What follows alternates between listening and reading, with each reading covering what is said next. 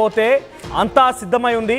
నేను కేవలం final order ఇవ్వడం మాత్రమే మిగిలి ఉంది. ఇప్పుడు ఈ ప్రకటన ఎక్కడ చేశారో తెలుసా? సిచ్యువేషనల్ రూమ్ అని చెప్పి G7 దేశాలతో భేటీ అయిన తర్వాత ఒకరోజు ముందుగానే డొనాల్డ్ ట్రంప్ వైట్ హౌస్ చేరుకున్నారు. అక్కడ సిచ్యువేషన్ రూమ్లో ఈ మాటలు మాట్లాడి తెలుస్తుంది. ఆయన ఏమంటున్నారంటే అంతా సిద్ధమైంది, కేవలం ఫైనల్ ఆర్డర్స్ మాత్రమే మిగిలి ఉన్నాయి.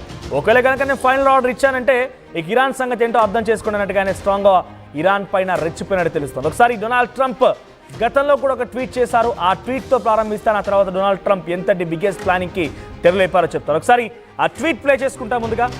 సో ఇరాన్ పైన బిగ్ ప్లాన్కి అమెరికా డొనాల్డ్ ట్రంప్ సిద్ధమైనట్టు తెలుస్తోంది. కాల్పుల విరమణ తర్వాత తన నిర్ణయాన్ని కాదనుకున్నారు ట్రంప్. సో ఇక్కడ చూడండి, we know exactly where the so called supreme leader is hiding అని ఏం చెప్తున్నారు? Iran supreme leader Ali Khamenei ఎక్కడ దాక్కున్నారో చాలా పక్కాగా మాకు తెలుసు. ఈజ్ అన్ ఈజీ టార్గెట్, చాలా ఈజీ ఆయన కొట్టేయడం, బట్ ఈజ్ సేఫ్ దేర్. ఆయన చాలా సురక్షితంగా ఉన్నారు. చాలా ఈజీ ఆయన కొట్టేయడం, కానీ ఆయన అక్కడ చాలా సురక్షితంగా ఉన్నారని చెప్పారు ఆయన ట్వీట్లో.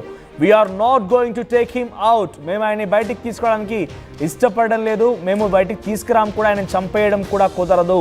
అట్లీస్ట్ నాట్ ఫర్ నౌ, ఇప్పుడు మాత్రం కాదు. ఇది జరుగుతుంది కానీ ఇప్పుడైతే కాదు. But we don't want missiles shot at civilians or American soldiers.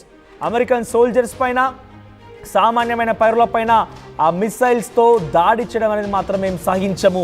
Hour patience is wearing thin. మాకు చాలా థిన్ లైన్లోనే ఓపిక అనేది ఆగిపోతోంది. Thank you for your attention to this matter అంటే డైరెక్ట్గా ఏం చెప్పారంటే, మాకు ఆయన ఎక్కడున్నాడో తెలుసు, ఎక్కడ దాక్కున్నాడో తెలుసు, ఎక్కడ సేఫ్గా ఉన్నాడో కూడా తెలుసు, కానీ మా టార్గెట్ ఆయనని చంపడం కాదు, అది ఇప్పటికీ మాత్రమే. కానీ ఓపిక నశిస్తే డెఫినెట్గా అంతు చూస్తాము. మా సివిలియన్స్ పైన, మా ఆర్మీ సోల్జర్స్ పైన దాడి చేయడం మేము సహించమనే మాటని డొనాల్డ్ ట్రంప్ మాట్లాడుకొచ్చారు. సో ఇప్పుడు నేను మరొక మ్యాప్ కూడా చూపిస్తాను చూడండి. ఆ మ్యాప్ని ఇప్పుడు అమెరికా టార్గెట్ చేసిందట. అమెరికా అధ్యక్షుడు ఏం చెప్తున్నారంటే, all my AIDS have ready. ఆయన ఏం చెప్పారంటే, all the plans to strike Iran but not given the final order at అని ఏమంటున్నారంటే, అంతా సిద్ధంగా ఉంది, అంతా సిద్ధంగా ఉంది. All my plans to strike Iran but has not given the final order at. అంతా సిద్ధంగా ఉంది కానీ ఫైనల్ ఆర్డర్ ఇవ్వలేదు అని అంటున్నారు డొనాల్డ్ ట్రంప్. అయితే టార్గెట్ ఏంటి తెలుసా? ఇక్కడ మీకు రైట్ సైడ్ బాక్స్లో కనిపించేటువంటి ఆ 4తోనే ఆయన ఫైనల్ టార్గెట్. ఎందుకంటే ఒకసారి నెక్స్ట్ మ్యాప్ చూడండి. ఎస్, ఇక్కడ ఒకసారి హోల్డ్ చేయండి పీసీఆర్. 4తో అనేది అణుకేంద్రం. అక్కడ మీకు మరొక పిక్చర్ ప్లే అవుతుంది, ఒకసారి ప్లే చేయండి. దాంట్లో ఎంట్రెన్సెస్, ఎగ్జిట్స్ కూడా ఉన్నాయి. సో 4తో అనేది అండర్ గ్రౌండ్లో అక్కడ యురేనియం శుద్ధ అవుతోంది. సో ఇక్కడ చూడండి, ఎస్ హోల్డ్ చేయండి. సో ఇక్కడ చూడండి, ఎంట్రెన్సెస్ కనబడుతున్నాయి, ఇక్కడ ఎంట్రెన్స్ అండ్ ఎగ్జిట్ మీకు కనబడుతున్నాయి. So tunnel, entrances. సో ఇక్కడ టార్గెట్ చేస్తే కనుక అక్కడ లోపల జరిగేటువంటి ఆ యురేనియం శుద్ధి పూర్తిగా కుప్పగూలిపోతుంది. 2000 మీటర్ల లోతులో, 2000 మీటర్ల లోతులో, నాట్ ఈజీ థింగ్ అది. 2000 మీటర్ల లోతులో అక్కడ యురేనియం శుద్ధ అవుతోంది, న్యూక్లియర్ వెపన్స్ తయారీ జరుగుతోంది. అయితే ఈ 4తో ప్రాంతాన్ని కనుక అమెరికా అధ్యక్షుడు డొనాల్డ్ ట్రంప్ హిట్ చేయగలిగితే, ఇక్కడ స్ట్రైక్ చేయగలిగితే, ఇక్కడ దాడి చేయగలిగితే ఆయన లక్ష్యం నెరవేరుతుంది. ఏమని? న్యూక్లియర్ వార్ వెపన్ ఉంది, న్యూక్లియర్ వార్ వెపన్ ఉంది, న్యూక్లియర్ న్యూక్లియర్ న్యూక్లియర్ అని చెప్పి పదే పదే ఇరాన్ విర్రవీగుతుంది కదా. ఇక్కడ దాడి చేస్తే ఇక ఇరాన్ పీచం అనిపించవచ్చు అని ఒక లక్ష్యంతో డొనాల్డ్ ట్రంప్ ఉన్నారు. అందుకే ఇక్కడ దాడి చేయాలనుకుంటున్నారు. ఇక్కడ దాడి చేయడం కోసం ఆయన దగ్గర GUB-57 అనేటువంటి ఒక అద్భుతమైన మిసైల్ ఉంది. సుమారుగా ఎంత భూగర్భంలో ఉన్నా కూడా దాన్ని ఛిద్రం చేయగల సామర్థ్యం అటువంటి మిసైల్ కేవలం అమెరికా దగ్గర మాత్రమే ఉంది. అటువంటి మిసైల్స్ కొన్ని వందలాది ఉన్నాయట. సో భూగర్భంలో సైతం ఉన్నటువంటి ఆ దాడి చేసినటువంటి ఒక మిసైల్ అమెరికా దగ్గర ఉంది. దాన్ని ప్రయోగించాలని ఒక ఆలోచన చేస్తోంది అమెరికా అధ్యక్షుడు Donald Trump. So he agrees with the plan to strike on Iran but he has not given the final order. అంతా సిద్ధమైంది, వాటిని ప్రయోగించడం కోసం కూడా సిద్ధమైంది, కానీ కేవలం ఒక ఫైనల్ ఆర్డర్ కోసం ఆగిపోతున్నా అని చెప్పారు ఆయన. One possibility that target for the US is Iran's Fordow. Yes, ఈ ఫార్దో ప్రాంతాన్ని టార్గెట్ చేశారు ఆయన. ఎందుకంటే ఇక్కడ చాలా కీలకమైన న్యూక్లియర్ స్థావరాలు ఉన్నాయి. వన్ ఆస్క్డ్, ఆయన ఏం చెప్తున్నారంటే, Trump said I may do it, I may not do it. He added, ఆయన ఏం చెప్తున్నారంటే నేను చేయొచ్చు, చేయకపోవచ్చు. ఆయన వెర్రితనం, ఆయన యొక్క అత్యుత్సాహమైన అహంకారం ఏందో అర్థం కావడం లేదని చెప్తున్నాం కదా.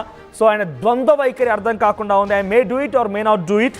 వాళ్ళు కనుక ఒకవేళ వచ్చి లొంగిపోయి సంతకం చేసి వైట్ హౌస్కి వచ్చి నేను డీల్ని సైన్ చేస్తున్నా అని చెప్తే ఏం జరగదు, లేదంటే తప్పకుండా జరుగుతుందనే వార్నింగ్ని డొనాల్డ్ ట్రంప్ ఇరాన్కి ఇస్తున్నారు. The next week is going to be very big. Maybe less than a week two అని ఎంత ఎంత తేలిగ్గా ఎంత ఉల్లాసంగా ఉత్సాహంగా చెప్తున్నారంటే I may do it or may not do it.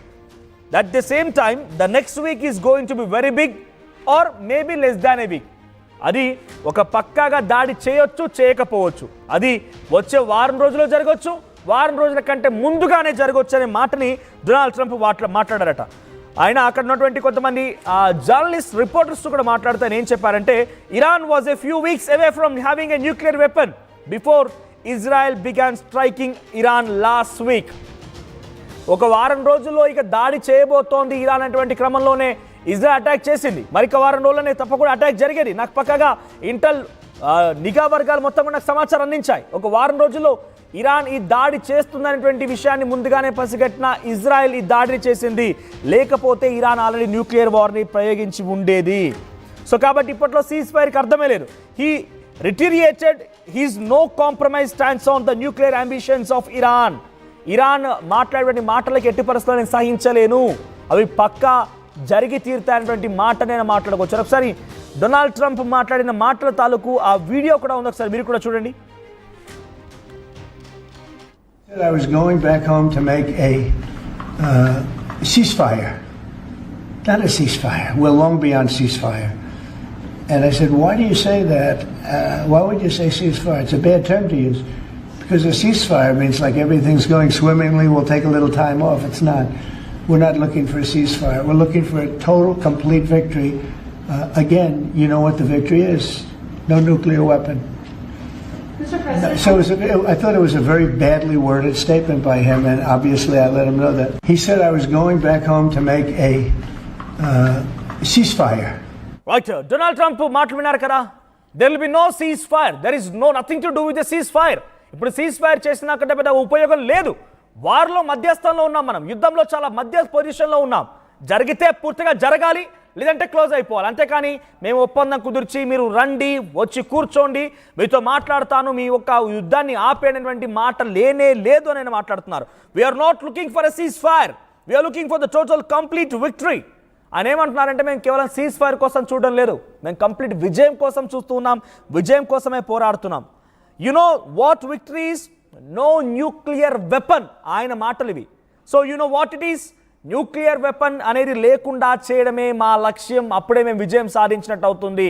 అక్కడ సివిలియన్స్ని టార్గెట్ చేయడం, అక్కడ కమ్యూనిటీని టార్గెట్ చేయడం, అక్కడ చంపడం మా ఉద్దేశం కానే కాదు. కేవలం అక్కడ న్యూక్లియర్ వార్ లేకుండా చేయడమే మా టార్గెట్గా ఉంది అని చెప్పారు ఆయన.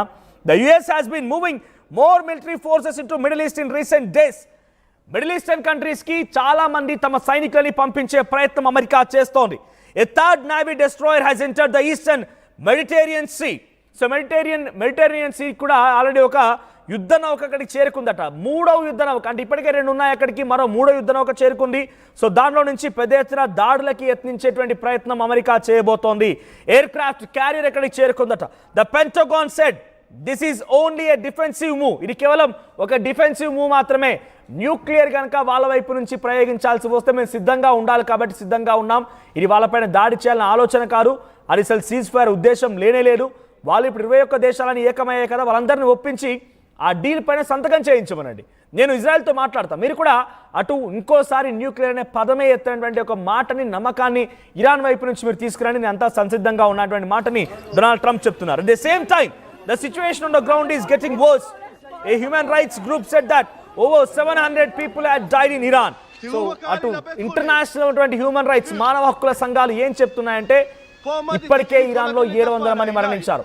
డొనాల్డ్ ట్రంప్ యొక్క వ్యాఖ్యలు మరింతగా ఉధృతంగా ఆసక్తి రేపుతూ ఉన్నాయి, ఆందోళన కలిగిస్తూ ఉన్నాయి, ఎప్పుడు ఏం జరుగుతుందన్నటువంటి ఒక భయాన్ని కూడా కలిగిస్తూ ఉన్నాయి. కాబట్టి డొనాల్డ్ ట్రంప్ తన వ్యాఖ్యలు వెనక్కి తీసుకోవడమే కాకుండా ఇరాన్లో జరిగినటువంటి మారణహోమాన్ని కూడా తగ్గించాలి, అటు ఇరాన్ కూడా కంట్రోల్లో ఉండాలనేటువంటి మాటల్ని చాలా ప్రపంచ దేశాలు మాట్లాడుకొస్తున్నాయి. G7 ఒకవైపు, మరోవైపుగా 21 దేశాలు అరబ్, ఆఫ్రికన్ అండ్ ఇస్లామిక్ దేశాలు మరోవైపు, అమెరికా అధ్యక్షుడు ఇజ్రాయెల్ వైపుగా ఉన్నారు, G7 దేశాలు ఇజ్రాయెల్ వైపుగా ఉన్నాయి. ఇక తటస్థంగా ఉన్నది కేవలం భారత్ మాత్రం. ఇప్పటివరకు ఎటువైపుగా నిలబడిన దాఖలాలు కానీ